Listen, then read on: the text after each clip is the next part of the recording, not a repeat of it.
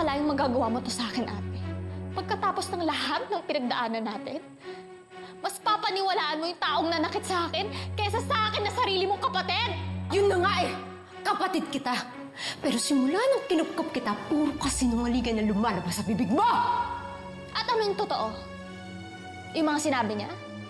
Yung mga kwento ni nanay? Baka nakakalimutan mo, ha? Sino yung nandyan para sa'yo kapag nag-aaway kayo ni Kuya Marco?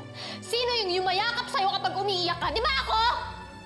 Tapos ngayon, nang dahil lang sa sinabi ng ibang tao, kaya mo na akong itapon?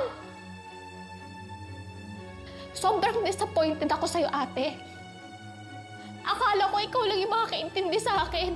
Pero gaya ka rin pala nila. Mapanghusga ka. Anong klaseng kapatid ka?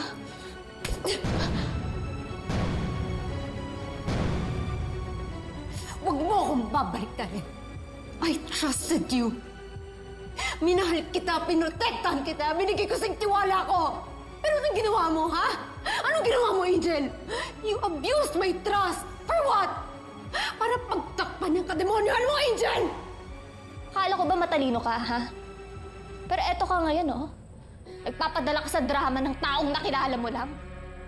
Walang rason para magsinungaling sa akin si Aling Merly. Nakita ko sa mga mata niya kung gaano siya katakot nang ma-mention kaya ang pangalan mo. Naramdaman ko yung nginig niya nang ikwento niya lahat ng pinagagawa mo. Kaya huwag mong isusumbat sa akin na you were there for me.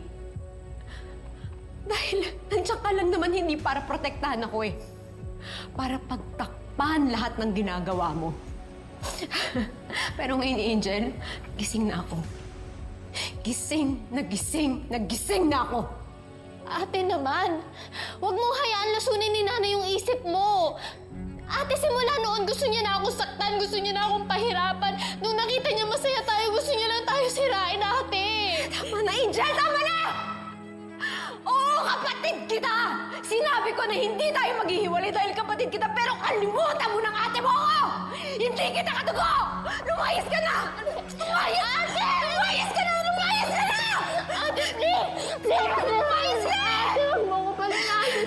Ate, ikaw lang pamilya ko mahal kita. Ate, wag mo na pala ko itapon ng parang basura. Ate, mahal na mahal kita. Ikaw lang yung pamilya ko, ate. Ikaw lang gusto ko makasama mong buhay, ate. Wag! Ate. Minahal din kita. Pinrotektahan kita, Angel. Pero hindi ikaw yung taong minahal ko dahil hindi ka nagpapakatotoo sa akin. Ate, ano bang gusto mong gawin ko para mapatawad mo? Kung gagawin ko lahat mapatawad mo lang ako. Anong gusto mong gawin ko? You want me to forgive you? Ha? Fine. Aminin mo lahat ng sikreto mo. Ilabas mo si Aling Merly. At kung may tinatago ka pa sa akin, now is the time to tell me. At kapag napatunayan ko nagsisisi ka, baka mapatawad pa kita. Ano, Angel?